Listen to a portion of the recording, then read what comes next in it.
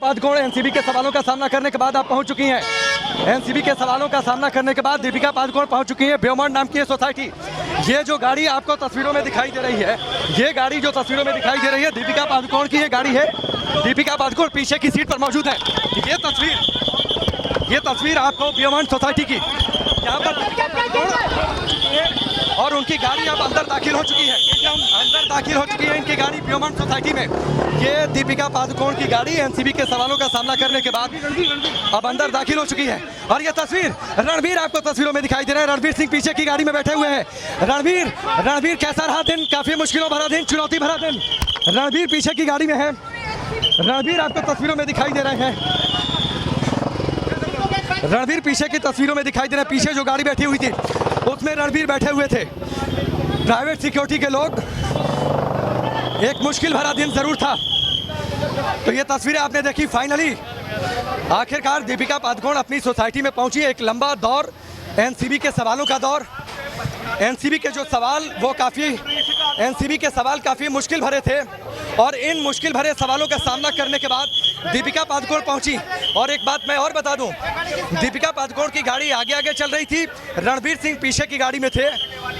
यानी रणवीर सिंह और दीपिका अलग अलग गाड़ी में। जाहिर सी बात है, चूंकि दीपिका पादुकोण एनसीबी के गेस्ट हाउस में थी, वहां से वो निकली और उसी समय रणवीर सिंह आए होंगे ताज होटल से चेकआउट करके, क्योंकि ताज होटल में ये लोग जाकर चेक इन कर दिए थे। इसीलिए रणवीर सिंह मुझे लगता है पीछे की गाड़ी में थे और दीपिका पादुकोण आगे की गाड़ी में थी। ब्योमंड सोसाइटी यहां से देर रात निकल गई थी। हमने सबसे पहले खबर बताई थी कि दीपिका पादुकोण अपने घर में नहीं है। वो दक्षिण मुंबई के 7 सितारा होटल में चेक इन कर गई हैं और वहीं से वो एनसीबी के गेस्ट हाउस जाएंगी सवालों का सामना करने के लिए, पेशी के लिए। सबसे पहले हमने आपको तस्वीरें भी दिखाई जब दीपिका पादुकोण वापस अपने घर पर आई। दिन और समय निश्चित तौर पर सुकून भरा नहीं रहा है। इसलिए सुकून भरा नहीं रहा है क्योंकि सवाल बेहद तीखे थे, सवाल बेहद गंभीर थे, आरोप बेहद सनसनीखेज थे। ड्रग चैट की बातचीत कबूल कर ली और रणवीर का चेहरा जहां तक हमको दिखाई दिया और जहां तक समझ में आया, रणवीर भी तनाव में थे। रणवीर को इस बात का दरअसल एहसास था।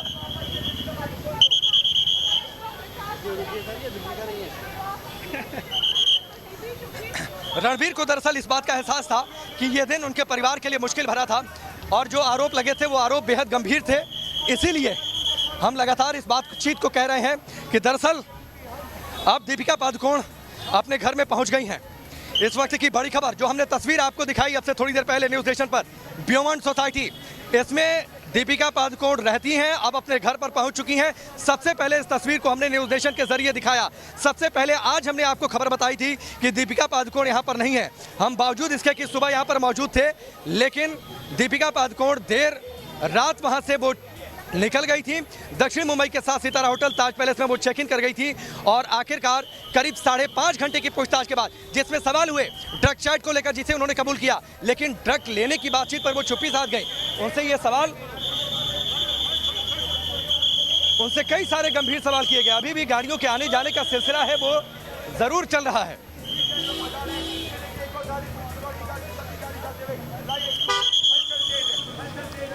दीपिका पादुकोण अपने घर में मौजूद है। हम सवालों का जिक्र कर रहे थे, सवाल परेशान करने वाले थे। ड्रग चैट की बातचीत कर ली। एनसीबी के अधिकारियों ने यह भी सवाल पूछा कि आप जिस व्हाट्सएप ग्रुप की एडमिन हैं, आपको पता है कि अगर व्हाट्सएप ग्रुप में कुछ भी गलत होता है तो उसके एडमिन की जिम्मेदारी होती है और आप तो खुद ड्रग लेने देने की बातचीत में शामिल होती दिखाई देती हैं, तो आखिरकार आप इस जिम्मेदारी से मुकर कैसे सकती हैं? इन सवालों पर चुप्पी साध गई थी दीपिका पादुकोण। एक वक्त ऐसा भी आया जब वो भावुक हो गई, उनकी आंखों में आंसू थे, कोई जवाब देते नहीं बन रहा था। कई सारे सवाल ऐसे हैं जिनका दीपिका पादुकोण ने या तो जवाब नहीं दिया या फिर उन्हें टालती नजर आई या फिर गोलमोल जवाब देती नजर आई। लेकिन फिलहाल दीपिका पादुकोण अपने घर में पहुंच जरूर गई हैं, लेकिन उनके लिए जो पल है, उनके लिए जो समय है, वो समय अभी ठीक होने वाला नहीं है क्योंकि आरोप बेहद गंभीर है। आरोप, अगर वो ड्रग्स लेने की बातचीत से इनकार जैसा उन्होंने किया है तो ये सवाल तो बनेगा कि आखिरकार वो ड्रग कहाँ गया, तो कहीं पैडलिंग की धाराएं न लग जाएं। आगे क्या है, जाहिर सी बात है, कल रात वो जब घर में थी तो 12 वकीलों की लंबी चौड़ी फौज के साथ उन्होंने सलाह मशविरा जरूर किया था। एक स्क्रिप्ट उन्होंने जरूर तैयार की थी, लेकिन वो स्क्रिप्ट बहुत ज़्यादा एनसीबी गेस्ट हाउस में काम नहीं आई। अब एक बार फिर से घर के अंदर पहुंच गई हैं, तो जाहिर सी बात है क्या कुछ आज दिन भर में हुआ होगा वो अपने वकीलों के साथ उस बात को साझा ज़रूर करेंगी, शेयर ज़रूर करेंगी और उसके बाद आगे का क्या कानूनी उनके पास विकल्प हो सकता है, इस पर वो विचार ज़रूर करेंगी। लेकिन फिलहाल सवालों का सिलसिला मुझे नहीं लगता कि थमने वाला है। उधर सारा अली खान और श्रद्धा कपूर से एनसीबी के जोनल दफ्तर में अलग से पूछताछ हो रही है। फिलहाल दीपिका पादुकोण से 5.5 घंटे की पूछताछ। एक बार फिर से आपको बताएं, बड़ी खबर और बड़ी तस्वीर इस वक्त की सिर्फ एक ये है कि 5.5 घंटे की पूछताछ के बाद दीपिका पादुकोण अपने इस घर में, ब्योमांड नाम की ये सोसाइटी, अपने इस घर में दाखिल हो चुकी हैं। दीपिका पादुकोण की गाड़ी आगे आगे थी, रणवीर सिंह पीछे की गाड़ी में थे, दोनों अलग अलग गाड़ी में थे। इसकी एकमात्र वजह यह हो सकती है कि चूंकि Deepika Padukone NCB guest house से निकली, वो सीधे आगे बढ़ी होंगी और होटल से चेकआउट करके रणवीर सिंह उनके पीछे हो लिए होंगे, इसीलिए वो दोनों अलग अलग गाड़ियों में। लेकिन अगर अंदर जब जाएंगे, आपको याद होगा कि रणवीर सिंह ने ये अनौपचारिक तौर पर ये रिक्वेस्ट की थी एनसीबी के अधिकारियों से कि मुझे भी वहाँ पर रहने दिया जाए, क्योंकि दीपिका पादुकोण कई बार परेशान हो जाती है। हालांकि बाद में एनसीबी के अधिकारियों ने कहा कि ऐसी रिक्वेस्ट नहीं आई, दरअसल ये रिक्वेस्ट अनौपचारिक थी, इसीलिए औपचारिक तौर पर एनसीबी के अधिकारियों ने इसे खारिज किया। रणवीर सिंह तो चाहते थे कि वो पूछताछ में रहें, लेकिन अब जबकि इस घर के अंदर दाखिल हो चुके हैं तो रणवीर सिंह जरूर दीपिका पादुकोण से बातचीत करेंगे कि आखिरकार क्या सवाल आपसे किए गए, आपने क्या जवाब दिया। जैसा आमतौर पर पति पत्नी इस बात को शेयर करते हैं, और जाहिर सी बात है एक बार फिर से आज शाम को 12 वकीलों की वही लंबी चौड़ी फौज वीडियो कॉन्फ्रेंसिंग के जरिए जुड़ सकती है और उनसे सलाह मशविरा कर सकती है दीपिका पादुकोण कि आगे अब उनका विकल्प क्या हो सकता है, कानूनी तौर पर आगे कैसे इस मसले को टैकल करना है ताकि वो बड़ी मुश्किलों से खुद को बचा ले जाए, अपने आप को बचा ले जाए। लेकिन सवाल ये उठता है कि क्या इतनी आसानी से सब कुछ शांत होने वाला है। जो आरोप लगे हैं वो बेहद गंभीर हैं, जो सवाल हैं वो बेहद सनसनीखेज हैं, इसलिए फिलहाल तो कम से कम ये तस्वीर नजर नहीं आती कि मुश्किलें इतनी जल्दी दीपिका पादुकोण की शांत होने वाली हैं। और जैसा हमारे सहयोगी रुमान लगातार जुड़े हुए थे, रुमान ने बताया कि एनसीबी के अधिकारी तो संतुष्ट नहीं है जवाबों से, इसलिए बहुत मुमकिन है कि हो सकता है कि एक बार और इनको समन दिया जाए, एक बार और इन्हें एनसीबी गेस्ट हाउस का रुख करना पड़े, एक बार फिर से इनके सामने वही सारे सवाल हों जिन सवालों पर ये चुप्पी साध गई थी, जिन सवालों का जवाब इन्होंने गोलमोल दिया था। इसीलिए वो सवाल एक बार फिर से परेशान होंगे और हो सकता है कि एक बार फिर से उन सवालों पर अपनी तैयारी करे दीपिका पादुकोण कि आगे अगर उन्हें फिर से समन किया जाता है, आगे फिर से उन्हें बुलाया जाता है, तो उन सवालों का वो सामना कैसे करेंगी।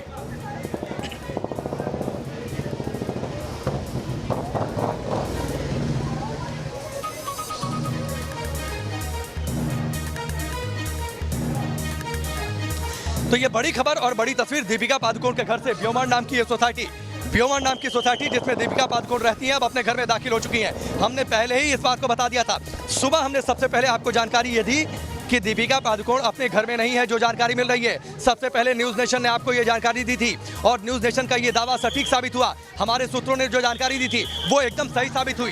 ये बात बाद में साफ हो गई कि दीपिका पादुकोण पहुंच गई थी 7 सितारा होटल ताज में, वहां पर उन्होंने चेक इन किया था और सबसे पहले अभी हमने आपको बताया कि दीपिका पादुकोण अपने घर पहुंचने वाली है, क्योंकि यहाँ पर उनकी प्राइवेट सिक्योरिटी से जुड़े कुछ लोग यहाँ पर पहुंच गए थे। पुलिस की 2 गाड़ियां यहाँ पर पहुंच गई थी। एक बार फिर से हमारा दावा बिल्कुल सही साबित हुआ है, दीपिका पादुकोण अब अपने घर में पहुंच गई है। दीपिका पादुकोण की गाड़ी आगे आगे थी, रणवीर सिंह की गाड़ी पीछे पीछे थी। इसकी एकमात्र वजह यह थी कि दीपिका पादुकोण एनसीबी के गेस्ट हाउस से निकली थी, सवालों का सामना करके निकली थी, इसलिए वो आगे बढ़ी और उन्हें रणवीर सिंह ने अकॉम्पनी किया होगा दूसरी गाड़ी से अकॉम्पनी किया होगा होटल से चेकआउट करने के बाद, इसलिए रणवीर सिंह पीछे पीछे थे, दीपिका पादुकोण आगे की गाड़ी में थी और उन्हें हमने फॉलो करके वो तस्वीरें सबसे पहले न्यूज़ नेशन पर दिखाई थी।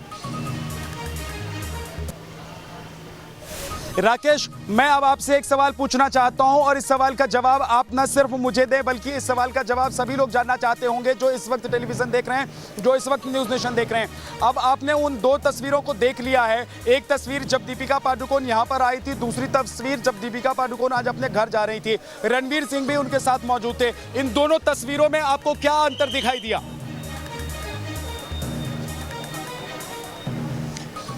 देखिए, परेशानी तो थी चेहरे पर, परेशानी जिसका उन्होंने इससे पहले कभी सामना किया नहीं था।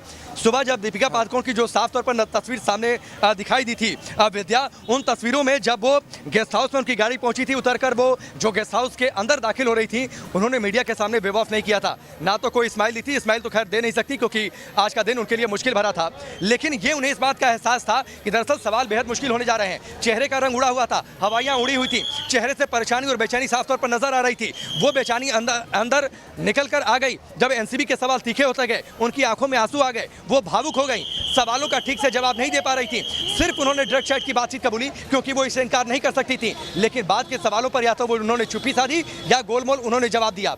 उसके बाद आगे बढ़ते हैं। जो तस्वीरें आपने दिखाई, गाड़ी में बेहद शांत बैठी हुई थी दीपिका पादुकोण, वो लगातार नीचे की ओर देख रही थी और इस बात को उन्हें एहसास था कि अब आगे मैं क्या करूंगी, आगे क्या विकल्प मेरे पास होंगे। यहाँ पर जो तस्वीरें मैंने देखी है विद्या, दीपिका पादुकोण आगे थी, उनकी गाड़ी थोड़ी सी जल्दी निकल गई और रणवीर सिंह की गाड़ी यहाँ पर मुझे लगता है कि 10 या 20 सेकंड के लिए 20 सेकंड के लिए रुकी होगी और मैं रणवीर सिंह आगे की गाड़ी पर ड्राइवर के ठीक बगल वाली सीट पर बैठे हुए थे।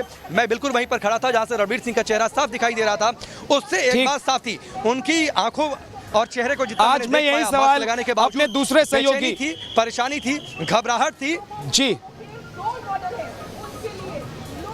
आज मैं यही सवाल अपने दूसरे सहयोगी रोमान से भी जानना चाहता हूं। मैं रोमान से भी इसी सवाल का जवाब जानना चाहता हूं कि रोमान, हमने अब देखा है दीपिका पादुकोण को यहाँ से निकलते हुए, हमने दीपिका पादुकोण को यहाँ आते हुए देखा है, दीपिका पादुकोण से जो सवाल पूछे गए वो भी हमने अपने दर्शकों को बता दिया है, हमने वो भी बातें बताई हैं जो दीपिका पादुकोण ने सवालों के जवाब में कही हैं। लेकिन आज रोमान, मैं आपसे समझना चाहता हूँ, मैं आपसे जानना चाहता हूँ कि दीपिका पादुकोण अब यहाँ एक दिन गुजार कर जा चुकी हैं, एनसीबी दफ्तर में एक दिन गुजार कर जा चुकी हैं, वो सवाल और जवाब का सामना कर चुकी हैं, तो क्या अब दीपिका पादुकोण को कहीं ना कहीं ये लग रहा होगा कि भाई चलो कुछ सवाल तो ऐसे थे जिनका जवाब मैंने अपनी तरीके से ही भले सही दे तो दिया है। राकेश, अब दीपिका पादुकोण कम से कम इतनी राहत की सांस जरूर ले रही होंगी और उनके परिवार के लोग भी, रणवीर सिंह भी, कि कम से कम उनको ये आइडिया लग गया होगा कि एनसीबी किस स्तर पर उनसे पूछताछ करने वाली थी, किस स्तर पर यह जांच चल रही है। और दीपिका पादुकोण की मुश्किलें जो अभी तक वो पूरी रात सो नहीं पाई थी, सोच रही थी कि मुश्किलें बढ़ सकती हैं, क्या मुश्किलें उतनी ज्यादा बढ़ने वाली हैं? अब दीपिका को कम से कम ये बात समझ में आ गई होंगी। राकेश, नहीं, विद्या, एक बात तो आप समझिए, अगर ये लगता है कि उन्हें इस बात का आइडिया लग गया होगा कि आगे उन्हें सवालों का कैसे सामना करना है, तो ये मुझे लगता है कि ये बात थोड़ी सी बेमानी लगती है।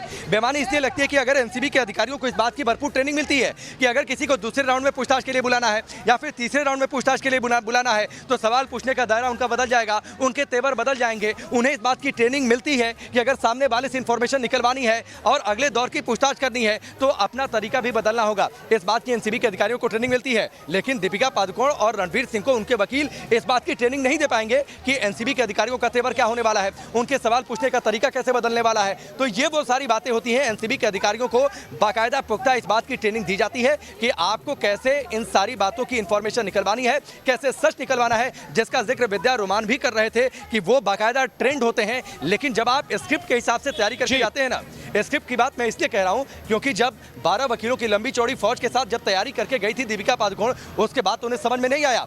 बल्कि आज के सवाल तो बहुत प्रेडिक्टेड सवाल थे विद्या, प्रेडिक्टेड सवाल ड्रग चैट को लेकर होने थे। उसमें अगर आप इनकार करती तो उसके बाद सवाल होना था कि फिर वो ड्रग कहां चला गया, पार्टी को लेकर बातचीत होनी थी। आज के सवाल तो प्रेडिक्टेड थे, लेकिन आगे दायरा बढ़ेगा और मुझे लगता है कि शायद जो स्क्रिप्ट पर काम करने वाले सितारे हैं, अगर सच्चाई आपके साथ नहीं है, अगर आप गलत जगह पर हैं, तो मुझे लगता है कि आप बेहतर तैयारी के साथ नहीं जा सकते हैं। एक चीज अपने दर्शकों को इस वक्त बताना बहुत जरूरी है कि इस वक्त सारा और श्रद्धा को लेकर क्या चल रहा है। हम अपने दर्शकों को, राकेश, ये बता देते हैं कि सारा और श्रद्धा से अभी भी पूछताछ चल रही है।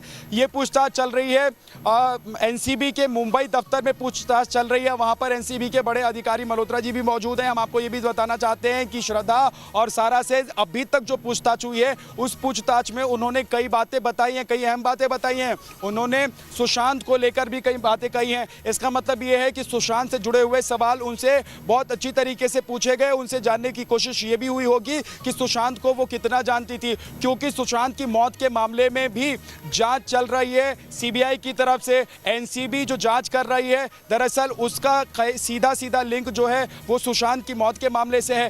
तो ये सारे मामले जो हैं आपस में जुड़े हुए हैं। ऐसे में राकेश, ये भी देखना होगा कि श्रद्धा और सारा क्या कुछ ऐसी बातें भी बता सकती हैं जो ना सिर्फ इस मामले में, यानी कि ड्रग्स के मामले में, बल्कि दूसरे मामले में भी कहीं ना कहीं दूसरी एजेंसी की मदद कर सकते हैं।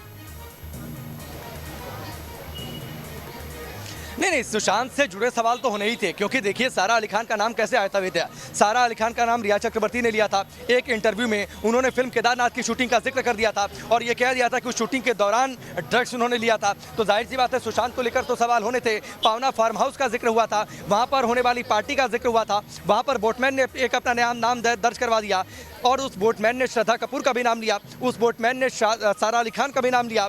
श्रद्धा कपूर ने भी इस बात का जिक्र कर दिया आज के सवालों में कि फिल्म छिछोरे की शूटिंग के दौरान उन्हें लग गया था कि सुशांत सिंह राजपूत जो है वो ड्रग्स ले रहे हैं।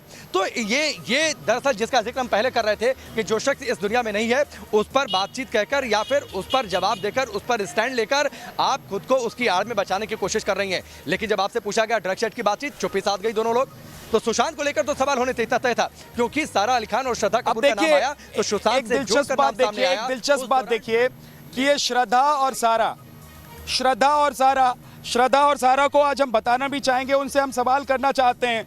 हमारे सवाल को वो जब निकलेंगी एनसीबी दफ्तर से तो हम चाहेंगे कि हमारे सवाल को अगर सुन पाएं तो हमारे सवालों का जवाब देने की वो कोशिश करें, वो हमें वक्त दें, हम उनके पास आने को तैयार हैं। सुशांत को लेकर जो खुलासे कर रही हैं, जो बातें कह रही हैं, वो बातें क्या वो इससे पहले नहीं कह सकती थी? अभी तक क्या वो अपने ट्विटर हैंडल पर, अपने किसी सोशल मीडिया के जरिए इस तरह की जो बातें वो अभी कह रही हैं, क्या ये जानकारी के तौर पर ही नहीं दे सकती? एक दिलचस्प बात देखिए राकेश, कि सारा और श्रद्धा दोनों अभिनेत्रियों को, दोनों लड़कियों को ये पता है कि सुशांत क्या क्या करते थे।